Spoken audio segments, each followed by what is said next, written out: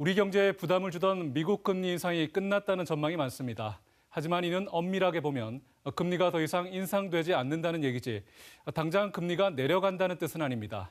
이미 금리가 오를 대로 오른 상황에서 고금리가 얼마나 더 지속될지가 관심인 가운데 특히 대구는 서비스업 비중이 커서 내년 경기가 곧장 나아지길 기대하기는 쉽지 않아 보입니다. 김철우 기자입니다. 5.5%까지 올라간 미국의 기준금리가 상승 행진을 멈췄습니다. 미국의 10년물 국채금리도 4% 아래로 떨어졌습니다. 미국 연준은 앞으로 6개월 동안 인플레이션 추이를 지켜봐야 한다면서 당장 금리 인하를 하기 힘들다는 입장입니다. 하지만 시장에서는 빠르면 내년 6월부터 두 차례에서 많게는 너댓 차례의 금리 인하를 점치고 있습니다.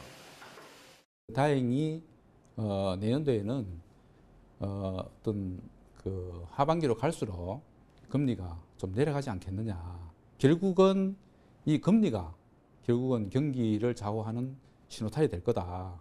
그래서 하반기쯤은 그래도 금리가 좀 내려가는 신호를 줌으로써 우리나라 전체 경제가 좀 상저하고의 그런 한 해가 되지 않겠느냐. 대구 경북의 경우 금융권의 여수신 동향을 보면 10월 기준 은행 수신이 1조 원 이상 큰 폭으로 줄었고 대출을 중심으로 한 여신은 꾸준하게 늘고 있습니다. 자금 사정이 좋지 않다는 것입니다. 더 큰 문제는 올해 자동차 산업이 화랑을 누리면서 대구 경북의 자동차 부품 생산과 수출이 늘어왔지만 수요가 줄면서 그 성장 동력이 약해지고 있다는 것입니다. 모멘텀이 많이 악화됐고 걱정스러운 것은 이제 내순대 대구 경북 지역이 특히 대구 같은 경우에는 서비스 비중이 워낙 높기 때문에 상대적으로 그 내수 부진에 따른 그 부담 같은 게 있기 때문에 자영업이나 이런 중소 상공인 같은 경우에 어떤 대출 부담이나 연체율 같은 거를 좀 자세히 모니터링하고 유의 깊게 봐야 될 것으로 생각합니다. 대구 경북은 대기업이 없다 보니 생산이나 수출 화랑세가 지역 경제 전체로 퍼지는 속도가 늦습니다.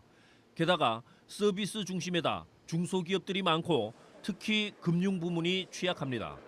지역의 경기는 미국 금리 인하 이후 국내 경기가 회복되는 시기보다 더 늦게 회복될 것으로 보입니다.